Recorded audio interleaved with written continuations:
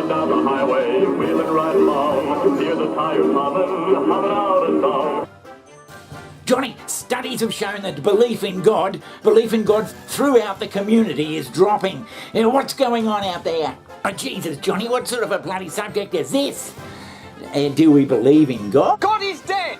Luckily, we have incredible faith in our governments, media, and the deep state. So our faith in them will help us through this terrible time of crisis. I hope. But Johnny, do you really reckon he? But Johnny... That way, we're talking about God today. Apparently, half of all Americans no longer believe in God. And it's true that God gets a bad rap these days. I think this is part of a broader issue that we're seeing across America, where Americans are losing faith in all of our institutions, whether that's government, corporations, media. I mean, everybody, all these institutions have had some amount of scandal that has eroded the American people's faith in it. That's an important point. Let's have a look at some of those details. Trust in media first. Trust in media is so low that half of Americans now believe that news organisations deliberately mislead them. Yeah, well, it depends what bloody God you're talking about, Johnny. You don't have to have the bloody God that's riddles the Bible. He's in it every bloody second page. Well, but I suppose any sort of God. You don't have to have that particular God, but you've got to have some sort of a God or something, some moral compass floating around in your head saying, what's bloody right or what's wrong. Yeah, right.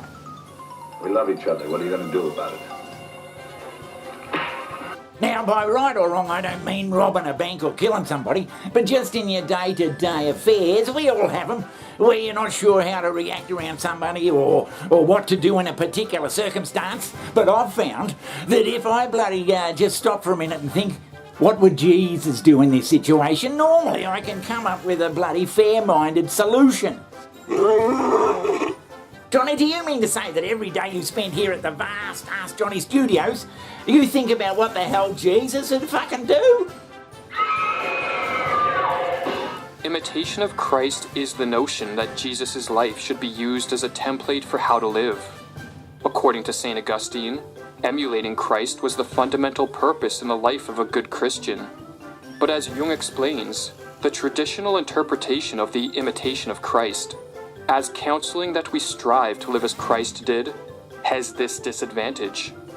In the long run, we worship as a divine example a man who embodied the deepest meaning of life, and then, out of sheer imitation, we forget to make real our own deepest meaning, self-realization.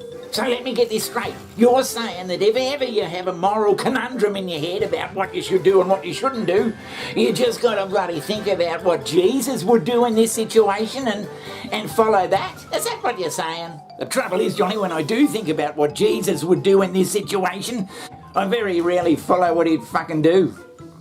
But that's not the point.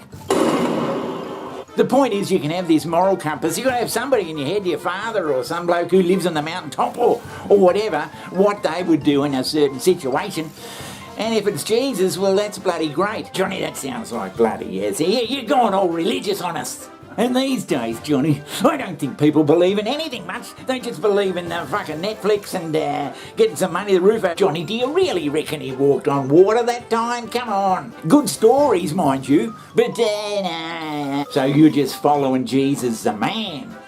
Do you reckon he's the son of God or what? The rumble of the needle, the shifting of the gears, the riddle